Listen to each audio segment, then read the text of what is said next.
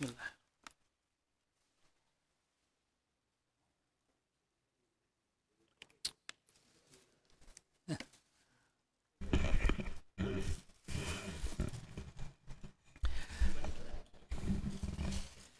Bismillahirrahmanirrahim. Assalamualaikum warahmatullahi wabarakatuh. Alhamdulillahi rabbil alamin. Assalatu wassalamu ala ashrafil anbiya'i wal mursalin. Sayyidina wa maulana Muhammadin wa ala alihi wa ashabihi wa man tabi'ahum bi ihsanin ila yaumiddin wa ba'du. Qala Allah Ta'ala fi kitabihil karim, a'udzu billahi minasy syaithanir rajim, bismillahirrahmanirrahim. Ya ayyuhalladzina amanu taqullaha haqqa tuqatih wa la tamutunna illa wa antum muslimun. Shadaqallahul adzim. Jamaah sekalian yang dirahmati Allah Subhanahu wa taala, alhamdulillah kita bersyukur kepada Allah Subhanahu wa taala pada kesempatan malam hari ini. Kita berada di tanggal 25 kalau saya tidak salah ya, dari bulan Syawal. Semoga Allah Subhanahu wa taala senantiasa menganugerahkan kepada kita semua berbagai karunia nikmat, baik itu nikmat iman, nikmat Islam, nikmat kesehatan juga yang tidak kalah mahal. Dan semoga dengan semua nikmat itu dapat kita pergunakan dalam rangka untuk beribadah kepada Allah Subhanahu wa taala.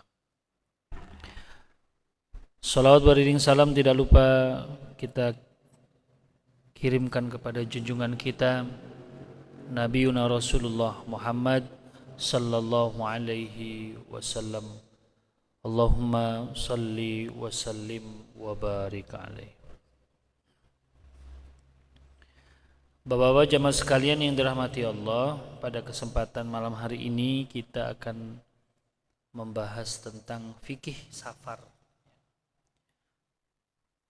Semoga dengan penjelasan ini kita jadi lebih memahami dengan benar, sehingga kita tidak salah kaprah dalam hal penerapan fikih ketika kita sedang safar, fikih sholat.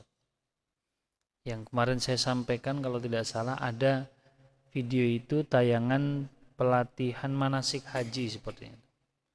Di situ ada pemateri dan pematerinya menyatakan kalau bapak-bapak tidak sempat besok itu sholat subuh, maka boleh dijamak dengan isya. Nah, itu penjelasannya dan itu viral.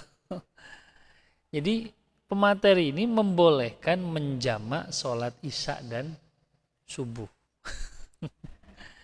Tapi kemudian dia minta maaf, mengaku salah ya, dalam penjelasan itu. Maka kita perlu memahami apa saja syarat qashar dan juga tata cara menjamak sholat dengan benar. Dengan benar.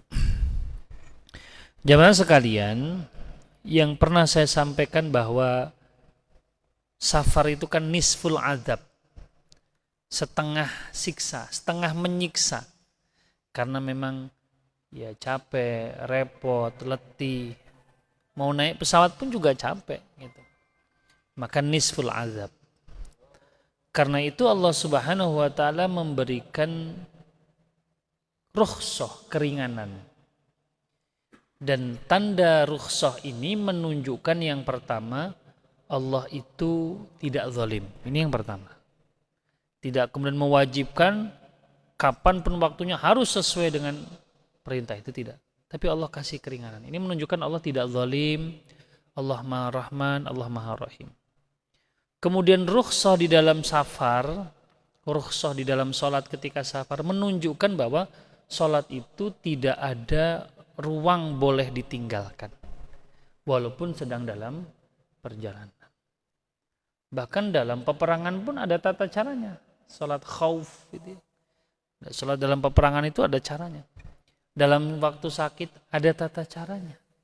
Ini menunjukkan tidak ada alasan bagi seseorang meninggalkan sholat. Karena semua kondisi seseorang dalam kondisi apapun Allah sudah beritahu panduannya. Ketika perang gimana sholatnya ada. Ketika sakit caranya ada. Bersucinya ada. Ketika dalam perjalanan ada. Dan para ulama menyebutkan ketika Allah Subhanahu wa taala memberikan rukhsah kepada kita khususnya dalam sholat, maka Allah lebih menyukai ketika seorang hamba memakai rukhsah itu, mengambil keringanan itu, dipakai maksudnya. Kita safar nih ke Jawa, udah kita ambil tuh rukhsahnya, ya kita pakai keringanan dalam sholat itu. Nah jamaah sekalian, dalam kitab Matan Takrib karangan Abu Syuja' rahimahullah, beliau menjelaskan apa saja syarat kondisi seseorang musafir itu boleh mengqashar sholat. Tapi sebelum itu saya akan menjelaskan keringanan dalam sholat itu ada dua. Yang pertama menjamak dan yang kedua mengqashar. Jamak itu menggabungkan dua sholat menjadi satu di satu waktu pengerjaannya. Duhur dan asar, maghrib dan isya, kecuali subuh yang tidak bisa dijamak. Sedangkan qashar itu adalah meringkasnya, ya, meringkasnya. Dan yang diringkas hanya sholat-sholat yang jumlahnya 4 rakaat, duhur, asar dan isya saja. Kemudian untuk jamak ini boleh dikerjakan oleh orang yang mukim, boleh dikerjakan orang yang musafir, itu jamak. Jadi Mas Gandhi sedang tidak safar pun boleh menjamak sholat, tapi ada syaratnya dan syaratnya ketat. Apa diantaranya? Pertama, kondisi hujan yang sangat deras. Bahkan Syekh Saleh Fauzan itu, Syekh bin Bas itu menyebutkan hujan tipis-tipis nggak boleh. Hujan yang sangat memang deras. Misalkan dia ke masjid nih, setelah duhur hujannya deras sekali petir. Nanti kalau saya pulang, misalkan sampai rumah nggak bisa balik lagi nih, kayaknya hujannya sampai maghrib nih. Sementara dia pengen berjamaah di masjid. Dan dia harus pulang, habis duhur ini mesti pulang. Harus pulang dulu ke rumah. Ya kalau nggak pulang enak, tinggal nunggu sampai asar kan. Dia harus pulang ke rumah. Maka dia boleh menjamak dengan asar, terus dia pulang. Nanti asar nggak perlu ke masjid lagi. Sudah dapat berjamaahnya di masjid. Dalam kondisi hujan yang sangat deras. Gitu. Atau mungkin badai. Gitu. Jadi ini berlaku bagi orang yang biasa ke masjid. Gitu. Ya kalau dia duhur di rumah, asar di rumah, ya sudah tidak perlu berjamaah. Hujan dia masih di rumah tuh lah. Ini dia setelah duhur di masjid, dia harus pulang nih habis ini. Wah, nanti kalau saya pulang asar, kayaknya masih hujan deras nih, bahkan badai nih. Ya sudah, disitulah dia duhur, asar pulang. Asar masih hujan deras, sudah dia nggak perlu ke masjid, sudah berjamaah dia dengan teman-temannya tadi, seperti itu. Ya. Itu dalam kondisi emang nggak ada kendaraan. Kalau ada punya mobil, ada payung, ya nggak usah di. Jadi kondisinya memang sangat ketat. Atau orang yang sakit dan musyaqqah, sulit untuk meluangkan waktunya sholat di waktunya masing-masing, harus berwudu. Mungkin wudunya harus minta bantuan orang lain, sementara orang lain itu mungkin keluarganya kerja, baru pulang maghrib. Zuhur dia ada di rumah, sudah ambilin air wudu, sholat zuhur dan asar. Nah, ini boleh bagi orang yang mukim untuk menjamak sholat. Atau dalam kondisi yang sangat darurat sekali. Dia kerja dan asar nanti dia nggak boleh ninggalin tuh tempat. Misalkan terkait kerja di gas, nanti meledak, kalau nggak ditunggu berbahaya. Dan dia nggak bisa ngerjain sholat, harus fokus tuh.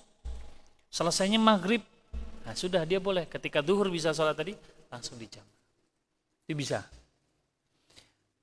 Jadi dijamak itu boleh. Tetapi bagi musafir, jamaknya hanya satu. Yaitu jamak takdim. Bukan jamak takhir, nggak boleh. Kalau jamak takhir itu berarti sengaja nunda. Lah sampai masjid ada zuhur, hujan deras, canyo sampai asar, kita sholatnya asar baik, duduk baik kita lu di masjid. Enggak seperti itu. Enggak boleh. Itu sengaja dinunda tuh Pak John ya. Kalau salat di jamak takhir enggak bisa. Jadi bagi orang yang mukim, kalaupun dia ingin jamak dalam kondisi yang seperti itu, boleh. Tapi jamak takdim. Karena dia sudah memperkirakan nanti asar, nggak bisa. Nanti isya nih kayaknya nggak bisa sholat nih. Udah diprediksi nih. Ada kerjaan yang nggak bisa ditinggalkan nih, sangat darurat. Maka di awal dia ngerti. Tapi kalau dia jamak takhir berarti sengaja ninggalin ya. Mama mau sholat, agak bela asar. Padahal dia sekarang bisa sholat. Nanti juga bisa sholat kan. Berarti disengaja itu dia mengulur-ngulur waktu, nggak bisa, nggak sah. Jadi orang yang mukim boleh menjamak dalam kondisi yang sangat ketat tadi. Jamaknya pun hanya boleh jamak takdim. Tapi nggak boleh mengkosor. Karena orang yang mukim itu hanya keringanannya jamak saja, nggak boleh mengkosor dia. Kita jamaknya hujan deras nih, jamak kosor nggak bisa. Lalu jamak dikosor nggak bisa. Baik. Ini jamak yang pertama untuk orang yang mukim. Kemudian orang musafir, nah orang yang musafir itu boleh menjamak dan juga boleh mengkosor sholat. Jamak itu bagaimana? Ya ketika di perjalanan, waktu zuhur dia berhenti, dia sholat zuhur 4 rakaat digabung dengan asar 4 rakaat boleh. Tapi biasanya kalau safar itu nggak cuma jamak, tapi plus, nah favorit itu kan, lah digabung diringkes lagi. Kalau cuma dijamak, lagi sholat asar waktu berhenti. Jarang yang cuma di jamak. Ya, Mas Gandhi, di jamak itu ya zuhurnya tetap 4 rakaat, asarnya tetap jarang. Biasanya itu jamak kosor ya. 2. Langsung diambil yang ringan, paling ringan ya.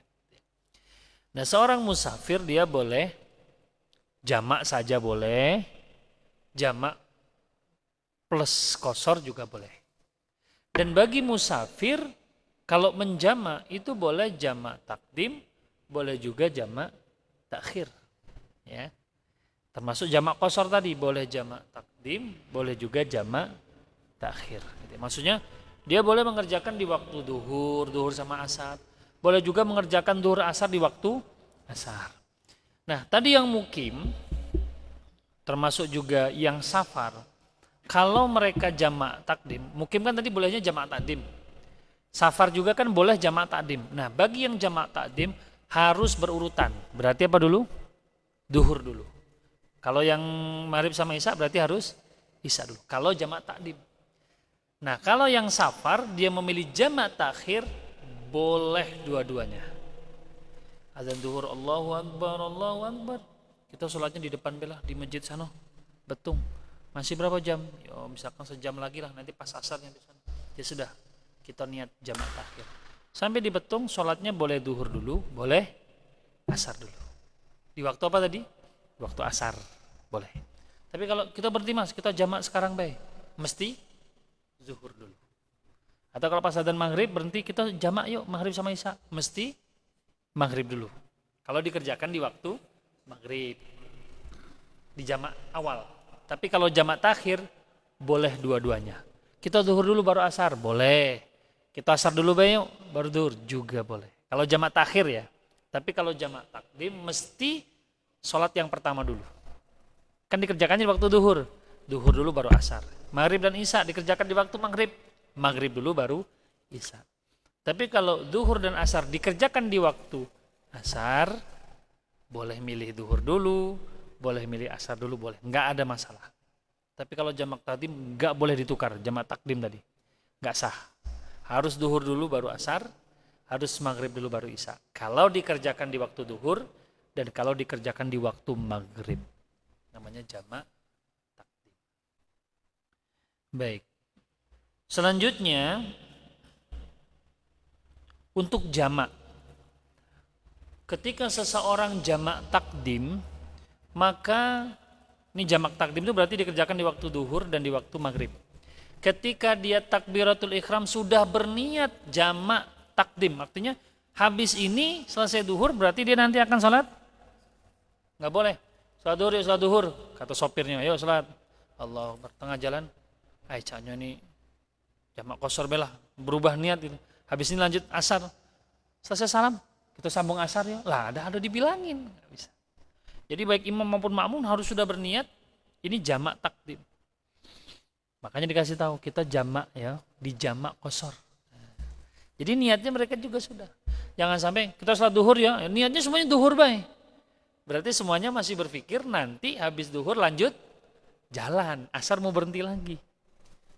Tahu-tahu imamnya berubah niat.